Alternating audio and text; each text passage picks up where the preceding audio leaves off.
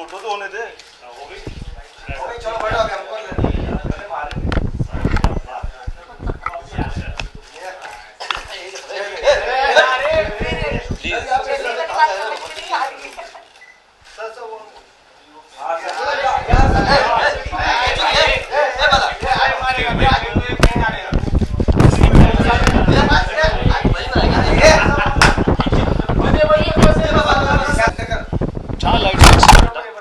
Light जहाँ sexy हो।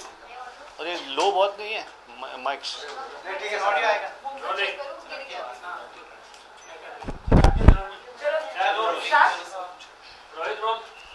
सबसे पहले तो आईफा ने 16 साल पूरे कर लिए। किस तरह की मेमोरीज है 16 साल की? आईफा ने खूबसूरत 16 साल जो पूरे किए हैं, उसके लिए आईफा से जुड़े हुए सभी लोगों को मेरी बधाई। ना सिर्फ आंद्रे को, बल्कि सभी जितने भी लोग जो आईफा से जिस भी तरह से जिस भी साल में उनका संबंध रहा हो, मेरी तरफ से उन सबको ढेरों बधाई।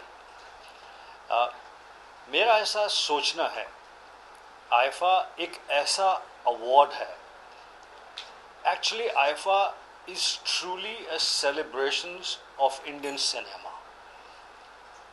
आईफा इंडियन सिनेमा को नए नए देशों में नई नई जगहों पर लेकर जाता है और हर साल कुछ नए हार्ट्स में हमारे सिनेमा को एंटर करवा देता है।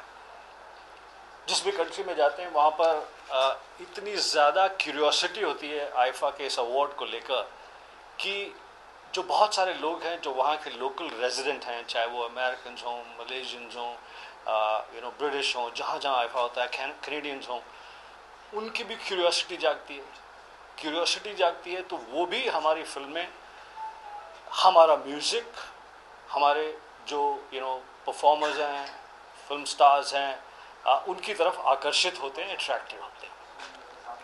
IIFA actually helps in spreading the fantastic fragrance of Indian cinema to new destinations, to new countries, and it also helps in seducing more hearts to Indian cinema, Indian music, and Indian entertainment.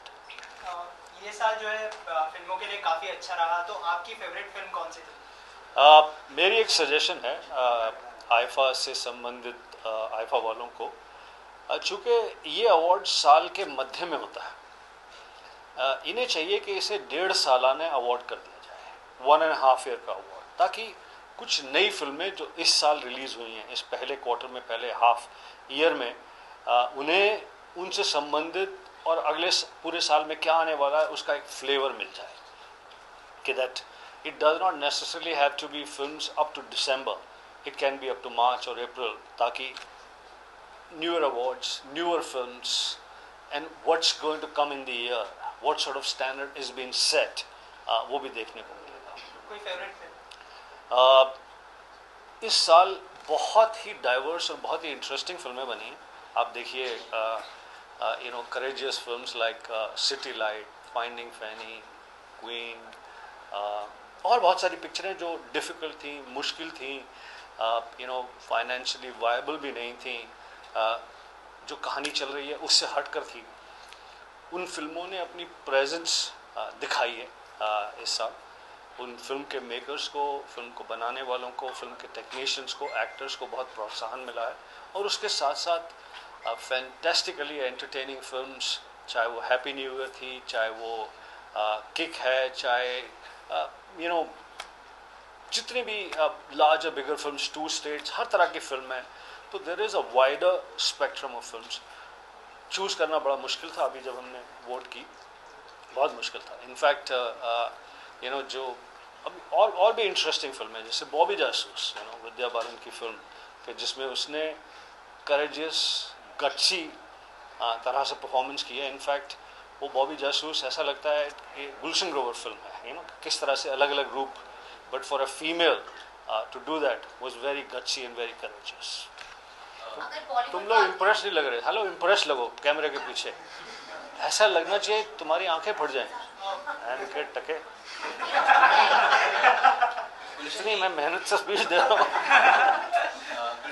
फिल्मों की बात हो रही है, films को celebrate कर रहे हैं, तो एक सवाल ये भी उठता है कि इस साल सेंसर बोर्ड के बहुत से इश्यूज आ रहे हैं, क्योंकि एक नया बिल जो पास हुआ है उसकी वजह से बहुत प्रॉब्लम्स आ रही है फिल्म मेकर्स को, तो what are your comments?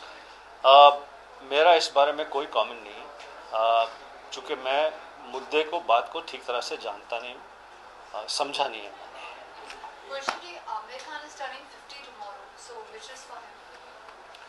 Aamir Khan तो वाकई सदाबहार एक्टर है, और सदाबहार मतलब एज में, you know, growing up in in his chosen craft, in his in his take on what's happening around.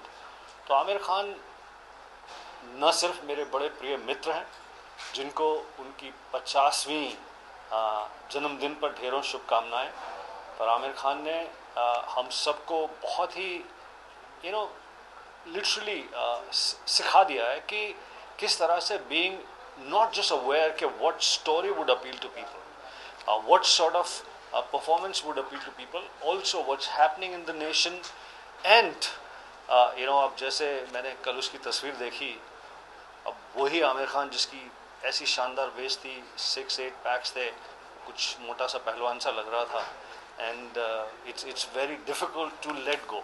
अब जैसे मेरा बरसों से यही वेट है, ज़रा बढ़ता है तो मुझे बहुत दिक्कत होती है, बहुत तकलीफ़ होती है. तो आमिर खान एक बहुत ही अच्छे मित्र, एक बहुत शानदार एक्टर और बहुत डेडिकेटेड एक्टर को मेरी तरफ से ढेरों शुभकामनाएं. बॉलीवुड को अगर आपकी लाइफ से अलग किया जाए तो आप अपनी लाइफ को किस तरीके से डिफाइन करेंगे? मैं नहीं समझता कि मैं कुछ, बहुत बार मैंने सोचा, देखिए मैंने Shri Ram college of commerce से M.Com की पढ़ाई की, उसके बाद मैं यहाँ एक्टर बनने के लिए आया, एक्टिंग स्कूल में गया, अनिल कपूर मेरा क्लासमेट था, एंड वहीं उसी एक्टिंग स्कूल में मैं टीचर भी था. बहुत अलग अलग मुकाम पर मैंने सोचा कि can I leave it all and Bollywood से हटकर मेरी कुछ खास ज़िंदगी या कुछ और अलग, impossible. I think I belong to cinema and I am very happy that I am part of cinema. Yes, sir.